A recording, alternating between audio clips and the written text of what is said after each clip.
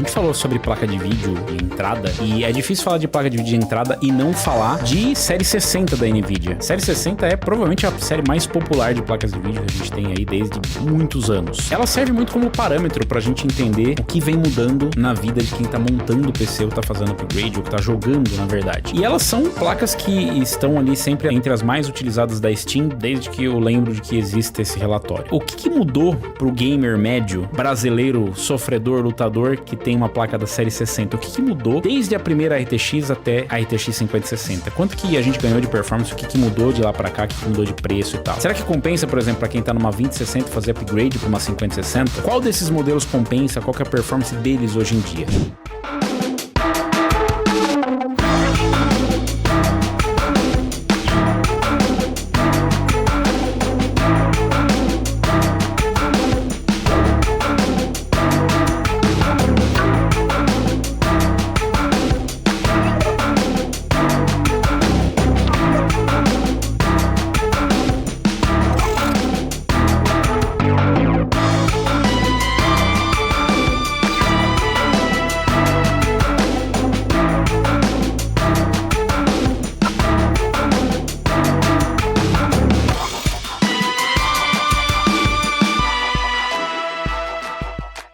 Felizmente, o Hardware Unboxed testou isso e a gente consegue dizer, porque é um teste meio complicado. A gente tá falando aí de 4 placas de vídeo, pelo menos 2 resoluções em vários jogos e tal, em vários cenários. A série 60 é uma série de placas de vídeo muito populares por razões óbvias, porque é a placa de vídeo para Full HD. Full HD é a resolução mais utilizada por jogadores na Steam. Aqui no Brasil, provavelmente é a dominante, né? Eu diria que talvez mais de 90% aí do que a gente tem hoje é Full HD, tanto de vendas de monitores quanto das pessoas que usam de fato. E a gente ainda tem essa limitação, ou seja, por que você vai comprar, né, uma placa de vídeo mais poderosa se o seu monitor é Full HD? Você tá limitado pelo próprio monitor, pela própria resolução que você joga. Mas o Hardware Unboxed testou aqui a 2060, 3060, 4060 e 5060 em Full HD, em Quad HD, em vários jogos ali, na verdade 7 jogos, né, não é tanto quanto ele tá acostumado, mas é bastante considerando o cenário, para ver como é que tá a performance dessas placas hoje. Eles testaram na qualidade média em Full HD, com a escala de resolução em 100%. O salto da 2060 para 3060 foi de 18%, foi um salto considerável. Se a gente pegar ali, ó, 4060 para 3060 foi um salto de 13%. Um salto menor, aliás, a gente já tem esse sentimento, né, de que não foi bom a evolução da 4060 para 3060 em vários sentidos. Curiosamente, apesar de a gente não ter uma recepção tão favorável assim, a 5060 ela teve um salto de performance razoável em relação à geração anterior. Então foi 35%. Pegando em todos os cenários aqui, foi o maior ganho que a gente tem de salto geracional. Esse aqui é só do Rainbow Six Siege, eles testaram em outros jogos também, como por exemplo o Horizon Zero Dawn, o Remastered. 12% da 3060 para 4060, 25% da 5060 para 4060 em Quad HD e em Full HD 33%. De novo, o maior salto que a gente teve de uma geração para outra. O Kingdom Come Deliverance 2, da 2060 para 3060 só 12%, bem pouco. 4060 para 3060 só 13%, outro salto geracional bem triste também. E da 5060 para 4060 34% de salto geracional. Então, de uma geração para outra pulou bastante. Cyberpunk 2077, provavelmente é um dos parâmetros mais fortes que a gente tem aí. Da 3060 para 2060 foi 27% ganho. Em alguns casos aqui, principalmente em Quad HD, já pode entrar a questão da VRAM na conversa. Da 4060 para 3060 foi pouco, mas também foi 19%. É um jogo que escalona bem, né, a performance de uma para outra. E a 5060 foi de 18% da 5060 para 4060. Não é aquilo que a gente estava acostumado nos outros, mas já é alguma coisa. 29%, dependendo da resolução. E aí aquele negócio, né, depende da resolução, depende dos detalhes, porque,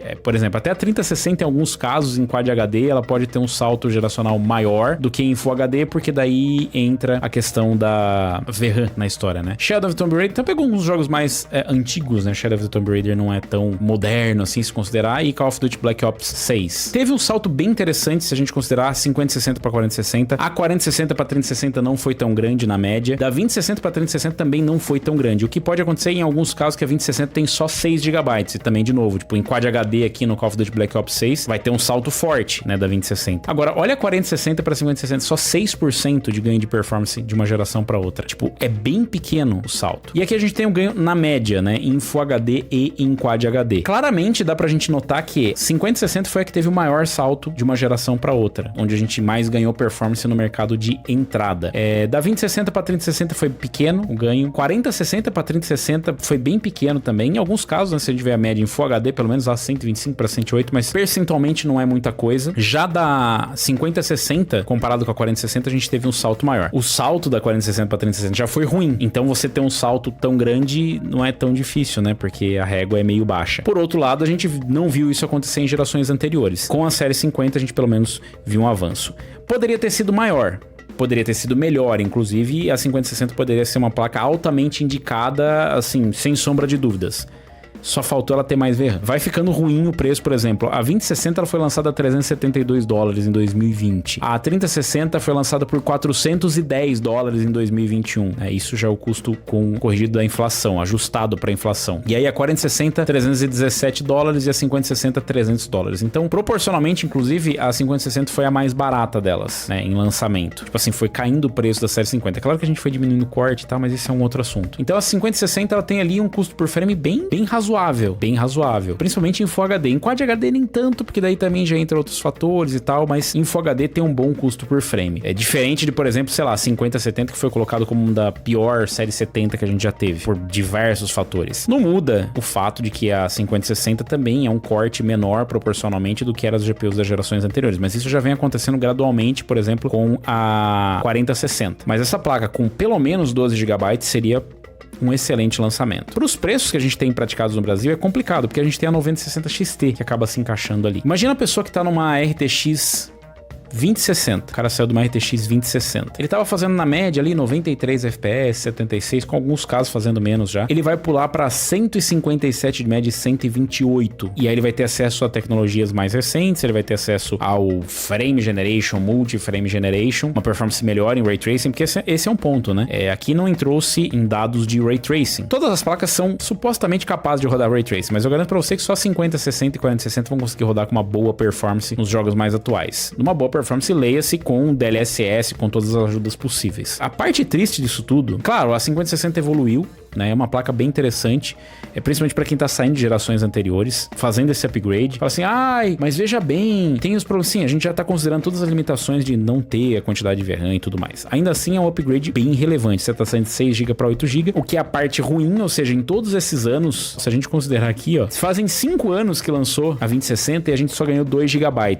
Diminuiu o preço, tudo bem, proporcional, mas ganhou só 2 GB. Enquanto se você for pegar a high-end, se for comparar a placa de 2020, que era 11 GB, a gente tá com 32 GB agora. Olha a diferença. Triste pro mercado de entrada. Mas, de novo, voltando pra realidade. O salto da 2060 para 5060 é bem considerável. Mesmo da 3060, ou mesmo até da 4060 já foi um salto considerável. Então, a gente tecnicamente teve uma reduçãozinha ali no custo por frame e tal, ajuste.